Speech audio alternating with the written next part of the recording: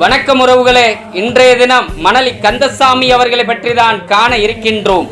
பழந்தமிழ் குடியான அகமுடையார் வேரினத்தில் பழைய தஞ்சாவூர் மாவட்டத்தில் பிறந்த மணலி கந்தசாமி பிள்ளை என்பவர் கம்யூனிஸ்ட் கட்சியின் தமிழகம் அறிந்த மாபெரும் தலைவராக விளங்கியவர். டெல்டா மாவட்டங்களில் நிலமற்ற ஏழை எளிய தாழ்த்தப்பட்ட விவசாய தொழிலாளர்களின் அடிப்படை உரிமைக்காக அயராது உழைத்தவர். பெரும் நில முதலாளிகள் செய்த அடக்குமுறைகளை எதிர்த்து நின்றவர். அக்காலத்தில் தொழிலாளர்களுக்கு இருந்த சாணிப்பாலும் சவுக்கடியும் போன்ற தண்டனைகளை எதிர்த்து நின்றவர்களில் முக்கியமானவர் ஐயா மணலி கந்தசாமி ஆவார். நமது வாட்டாகுடி இரணியன் தேவர் மற்றும் ஜாம்பவனோடை சிவராமன் தேவரின் தலைமைதான் மணலி கந்தசாமி ஆவார். மணலி கந்தசாமி இருக்கும் இடத்தை காட்டி கூடு, உன்னை விட்டு விடுகிறோம் என்று காவல்துறை அதிகாரிகள் கூறும்போது அதெல்லாம் முடியாது என்று கூறி நெஞ்சில் குண்டு துளைக்க உயிர் நீத்தார் போராளி சிவராமன். இவரது தியாகம் போற்றுதல் கூறியது.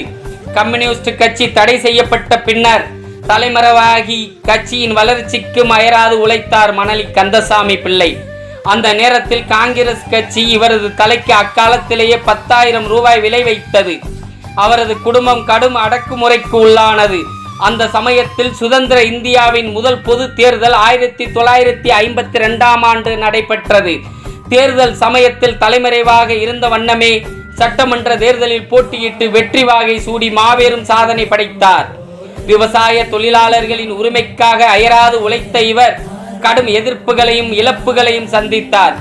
ஆனாலும் வாழ்வின் இறுதி வரை விவசாய தொழிலாளர்களை பற்றியே எண்ணி அவர்களுக்காகவே வாழ்ந்து மறைந்தார் பொது உடைமை போராளி மாவீரன் ஐயா மணலி கந்தசாமி அவர்கள். பொது உடைமை போராளி மாவீரன் மணலி கந்தசாமியே கம்யூனிஸ்ட் கட்சி மறந்தாலும் சரி மறைத்தாலும் சரி, அவர் பிறந்த அகமுடையார் இனம் என்றும் அவரை மறவாது. நன்றி, வணக்கம்.